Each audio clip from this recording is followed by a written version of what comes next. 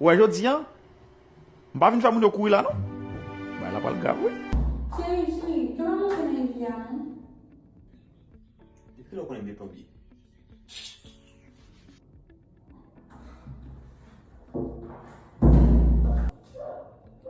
Chérie, pourquoi pas entrer dans la chambre, non?